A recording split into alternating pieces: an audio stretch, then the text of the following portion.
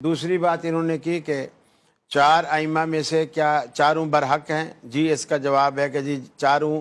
का हर वो मसला बरहक है जो कुरान और सुन्नत के मुताबिक है। अगर कुरान और सुन्नत के मुताबिक नहीं है तो उसकी इस्लाह की जा सकती है। आइमा ने खुद भी कभी ये नहीं कहा कि हमारे बाद हमारी फ़िक़्ह को, हमारी किताब को लेकर आप एक मुल्क का कानून बना लें या उस पे हमारे नाम पे मसलक बना लें, बल्कि इमाम हनीफा रहमतुल्लाह अलैह का कौल भी है, उतरकू कौली बिकौल रसूलिल्लाह सल्लल्लाहु अलैहि वसल्लम, मेरे कौल को उस वक्त रद्द कर दो जब तुम नबी मुकर्रम के फरमान के मुताबिक देखो। हम तो समझते हैं वो नेक हस्तियाँ थी, उन्होंने भी कभी ये पाबंदी नहीं लगाई कि हमारे बाद हमारी तकलीद करना। अल्लाह ने भी कभी नहीं कहा, रसूल ने भी कभी नहीं कहा, सहाबा ने भी कभी नहीं कहा कि अगर इनकी तकलीद नहीं करोगे तो फिर तुम्हारी निजात होने की कोई सूरत नहीं है। बस इनका हर मसला लिया जाए कुरान और सुन्नत के मुताबिक, जहाँ जिसका भी मसला सामने आ जाए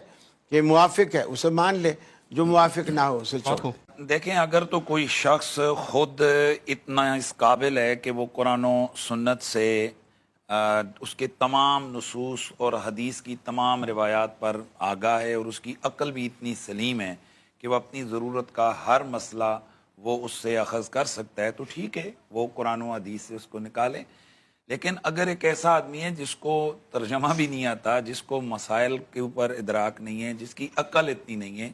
कुरान और हदीस की पूरा नसूस के ऊपर उसका मालूम नहीं है, नासिख मनसूख का पता नहीं है और दीगर चीज़ों से वो वाकिफ़ नहीं है, तो अब ये जो तकलीद होती है उसका यही मतलब होता है कि वो आइम्मा कि जिन्होंने सारी जिंदगियां लगाकर कुरान और हदीस से मसाइल का इस्तेमाल किया। ये नहीं है कि जो फिक्र होती है तो ये कोई अलग से तीसरी चीज आ गई है,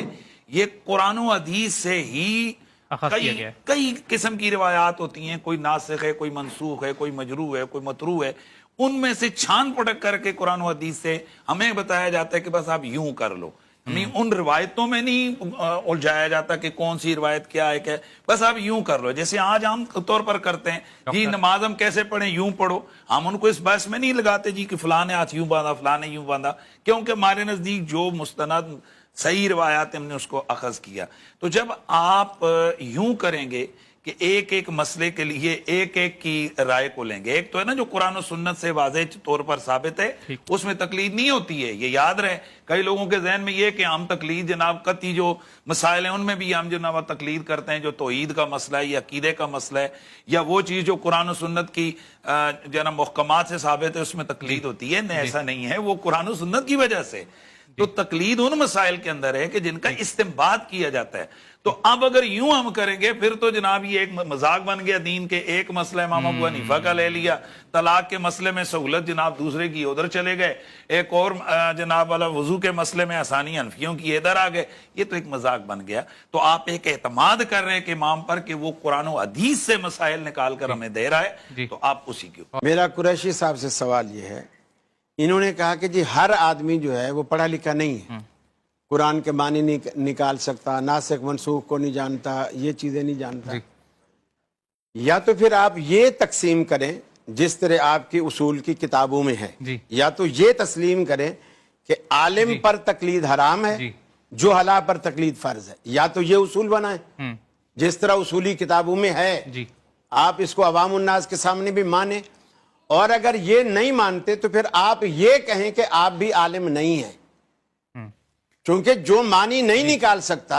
जो हदीस के मफहूम को नहीं जानता, जो नासिख मनसूख को नहीं जानता, वो बोले तकलीद करेगा। आपका तो दावा है, आप मुफ्ती भी हैं, अगर मुफ्ती नहीं जानता इन बातों में तो और कौन जानेगा।